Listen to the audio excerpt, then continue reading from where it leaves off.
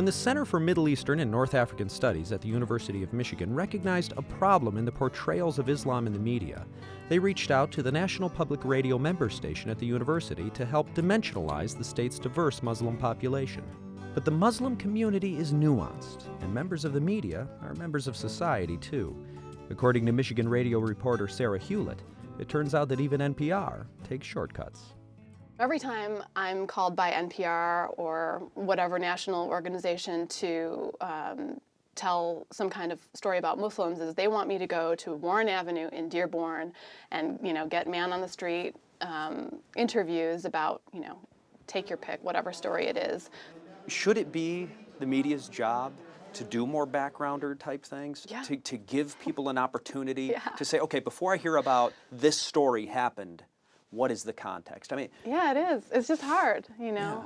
A lot of times we're reacting to things, and it's projects like this that are just so important and great to allow us to step away from that and kind of figure out, okay, what are the stories we need to tell so that when that next story does happen, at least there's some context.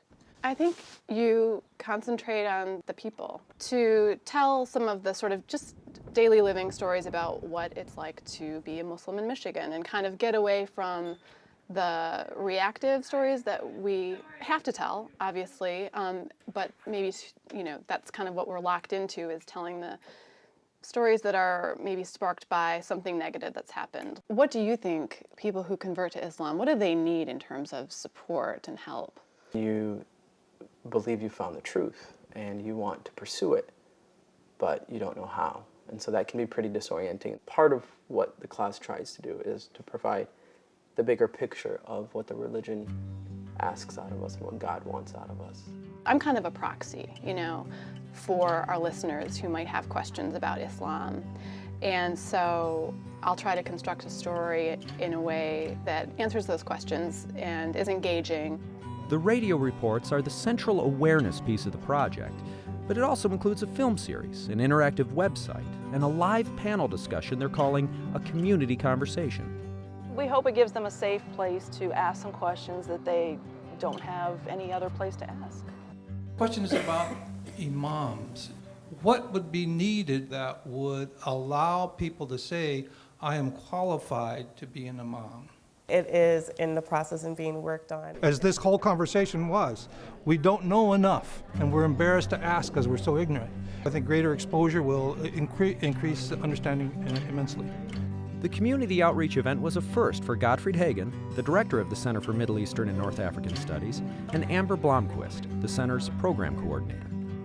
What I'm going to take out of it is the need for more colloquial dialogue as opposed to academic dialogue. I think when you're trying to educate the public, it's really important to have people like the panelists that were on the community conversation tonight that can speak to just the daily life and the way that they perceive the media, and I think that that's vitally important. You've seen in this conversation how little actually had to do with religion proper and how much had to do with just interaction between human beings sort of on a social level.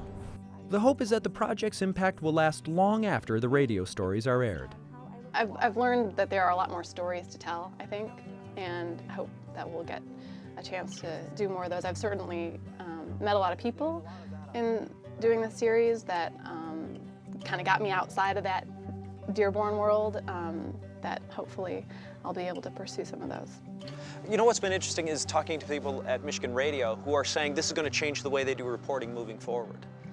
Yeah. And was that something you considered, or is that a kind of a surprise benefit to the project? Well, when you look at it in retrospect, you think, well, of course, naturally, and hopefully we're introducing them to people at the university who they can draw on as resources down the road. I think across the board, this is the importance of community relations and community outreach, is to spend some time talking with people affected by an issue, people who are experts in an issue, so that we just don't have our perceptions from, okay, we're the media, we think we know, it's our story. At the end of the day, what we're supposed to be doing as professionals is teaching. We're teachers.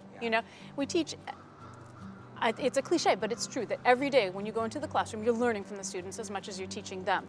Well, We have that much more to learn if we take take our information, take our expertise into the community. If they're able to think about these issues a bit more coherently and a bit more critically, that is the best of all possible outcomes. For more information on the Muslims in Michigan project, you can visit the website, muslimsinmichigan.org.